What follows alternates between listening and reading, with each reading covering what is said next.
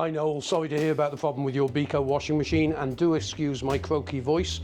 You've got a Beko WTB741R2A a washing machine. Now the good news is I found you the workshop manual on this machine with all the test procedures for every component, including the wiring diagram.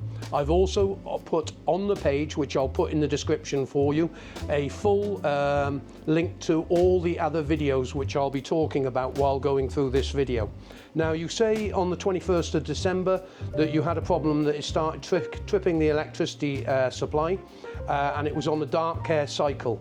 It completed the cycle, but when you went to use it on Sunday, it filled with water and tripped the electricity immediately. Okay, let's just go through the problem. Although you're saying on the email that you're suspecting it could be the motor and the circuit board, that is not necessarily the case. The most common problem that occurs with a washing machine tripping the electricity at the beginning of the cycle is either the motor problem or the heating system problem. Sometimes you can have electrical suppressor in the top right hand side of the machine, and that would be tripping the electricity, but that's as soon as you plug the machine in, that would be causing that type of problem. If the machine is filling with water, and then either when the heater cuts in or the motor goes to turn, it is tripping the electricity. It could be one of those two faults. Now, quick thing to do is disconnect the machine from the electricity supply, isolate the two wires on the heating element and put some tape around them to make them safe. Plug the machine back in again. If the machine starts washing, then you can presume that you have a problem with the heating system. But if it trips the electricity with the heater disconnected, this points me towards the motor.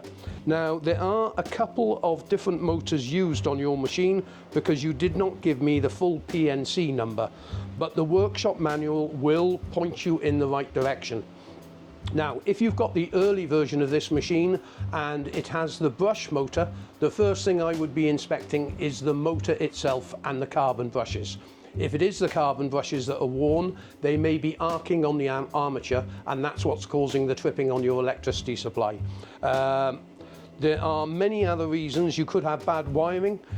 If you've got one of the more modern machines that are using induction motor, then you may have a problem with the circuit board. That's quite common as well. But do take your time to go to this web page and go through all the PDFs that I've put on the page for you, and have a look at a couple of videos on there with regards to the circuit board, and also how to replace the carbon brushes.